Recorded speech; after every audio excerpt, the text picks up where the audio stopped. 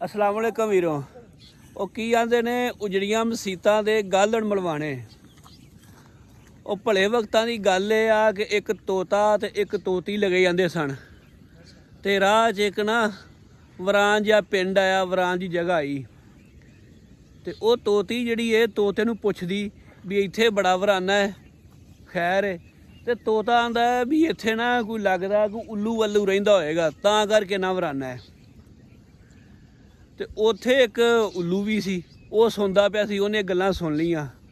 ਉਹਨੇ ਜਦੋਂ ਗੱਲਾਂ ਸੁਣ ਲਈਆਂ ਤੇ ਉਹਨੇ ਤੋਤੇ ਤੇ ਤੋਤੀ ਨੂੰ ਆਵਾਜ਼ ਮਾਰ ਲਈ, ਖਲੋ ਗਏ। ਉਹ ਜਦੋਂ ਖਲੋ ਗਏ ਤੇ ਉਹਨੂੰ ਬੜੇ ਪਿਆਰ ਨਾਲ ਉਹਨੇ ਨਾ ਬੁਲਾਇਆ ਤੇ ਉਹਨੂੰ ਕਿਹਾ ਵੀ ਕਿੱਧਰ ਜਾ ਰਹੇ? ਉਹਨੇ ਕਿਹਾ ਅਸੀਂ ਇੱਧਰੋਂ ਆਏ ਹਾਂ ਤੇ ਇੱਧਰ ਜਾ ਰਹੇ ਹਾਂ। ਤੇ ਉੱਲੂ ਆਂਦਾ ਵੀ ਚਲੋ ਤੁਸੀਂ ਐਡਾ ਸਫ਼ਰ ਲੰਮਾ ਕਰਨਾ ਹੈ ਤੇ ਮੇਰੇ ਕੋਲ ਇੱਥੋਂ ਨਾ ਕੋਈ ਖਾ ਪੀ ਲਵੋ, ਤੁਹਾਡਾ ਪੰਧ ਬਥੇਰਾ ਹੈ। ਉਹ ਪਹਿਲੇ ਦੁਰਾ ਪਰਾ ਕੀਤੇ, ਖੈਰ ਉੱਲੂ ਨੇ ਬੜੇ ਨਾ ਪਿਆਰ ਦੇ ਨਾਲ ਉਹਨਾਂ ਨੂੰ ਕਿਹਾ ਤੇ ਉਹ ਮੰਨ ਗਏ। ਉੱਥੇ ਬਹਿ ਗਏ, ਰੋਟੀ ਉਹਨੇ ਖਵਾਈ ਉੱਲੂ ਨੇ, ਉਹਨੇ ਦਾਵਤ ਕੀਤੀ, ਭਾਈ ਰੱਜ ਕੇ ਤੇ ਜਾਣ ਲੱਗ ਪਏ।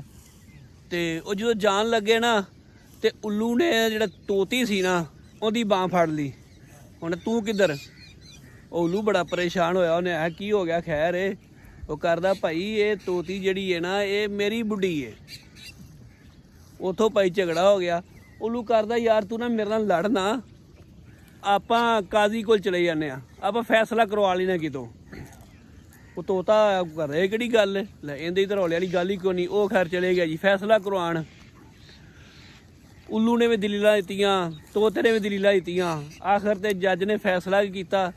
ਉਹਨੇ ਕਿਹਾ ਜੀ ਜਿਹੜੀ ਇਹ ਤੋਤੀ ਹੈ ਨਾ ਇਹ ਉੱਲੂ ਦੀ ਬੁੱਢੀ ਹੈ। ਤੋਤਾ ਬੜਾ ਪਰੇਸ਼ਾਨ ਹੋਇਆ, ਲੇਕਿਨ ਇਹ ਆ ਕਿ ਫੈਸਲਾ ਜਿਹੜਾ ਸੀ ਉਹ ਫੈਸਲਾ ਮੰਨਣਾ ਪੈਣਾ ਸੀ। ਉਹ ਫੈਸਲਾ ਸੁਣ ਕੇ ਵਿਚਾਰਾ ਉੱਲੂ ਤੋਤੇ ਨੇ ਮੂੰਹ ਸੁੱਟਿਆ, ਮੂੰਹ ਜਿਹਾ ਬਣਾ ਕੇ ਟੁਰ ਪਿਆ। ਉੱਲੂ ਨੇ ਮਗਰੋਂ ਵਾਰੀ ਆਵਾਜ਼ ਵੀ ਤੋਤਿਆ ਕਿੱਧਰ? ਉਹ ਕਰਦਾ ਜਾਣ ਦੇ, ਹੁਣ ਬੁੱਢੀ ਮੇਰੀ ਤਾਂ ਖੋਲੀ ਉਹਦੇ, ਹੁਣ ਮੈਂ ਜਾਣਾ ਹੀ, ਹੋਰ ਮੈਂ ਕੀ ਕਰਨਾ ਹੈ। ਉਹ ਕਰਦਾ ਗੱਲ ਸੁਣ, ਇਹ ਫੜ, ਇਹ ਤੋਤੀ ਜਿਹੜੀ ਸੀ ਇਹ ਤੇਰੀ ਬੁੱਢੀ ਹੈ, ਮੇਰੀ ਨਹੀਂ। ਲੇਕਿਨ ਤੈਨੂੰ ਮੈਂ ਇਹ ਦੱਸਣਾ ਚਾਹਣਾ ਸਾਂ ਕਿ ਜਿਹੜੀਆਂ ਪਿੰਡ ਨੇ ਨਾ ਜਾਂ ਜਿਹੜੇ ਕੋਈ ਪਿੰਡ ਨੇ, ਮੁਲਕ ਨੇ ਜਾਂ ਕੋਈ ਆਬਾਦੀ ਹੈ, ਉਹ ਉੱਲੂ ਦੇ ਕਿਰਾਇਆ ਵਰਾਨ ਨਹੀਂ ਹੁੰਦੇ। ਅੱਗੋਂ ਤੁਸੀਂ ਸਮਝ ਗਿਆ ਹੋਗੇ ਕਿਉਂ ਵਰਾਨ ਹੁੰਦੇ ਨੇ। ਉਹ ਮੈਂ ਗਿਆ ਥੋੜ੍ਹੇ ਦਿਨ ਪਹਿਲੋਂ ਪਾਸਪੋਰਟ ਬਣਵਾਉਣ ਤੇ ਉਹ ਅਰਜੈਂਟ ਪਾਸਪੋਰਟ ਬਣਾਉਣ ਵਾਸਤੇ ਮੈਂ ਦਿੱਤਾ, ਅਰਜੈਂਟ ਦੀ ਫੀਸ ਭਰੀ ਤੇ ਉਹ 7 ਦਿਨਾਂ ਬਾਅਦ ਮਿਲ ਜਾਂਦਾ। ਤੇ ਉਹ ਮੈਂ ਜਦੋਂ ਪਤਾ ਕਰਨ ਗਿਆ ਤੇ ਉਹਨੇ ਕਿਹਾ ਜੀ ਇਹ ਤਾਂ ਆਵੇਗਾ ਮਹੀਨੇ ਡੇਢ ਦੋ ਨੂੰ। ਮੈਂ ਹੈ ਉਹਦੀ ਕੀ ਵਜ੍ਹਾ?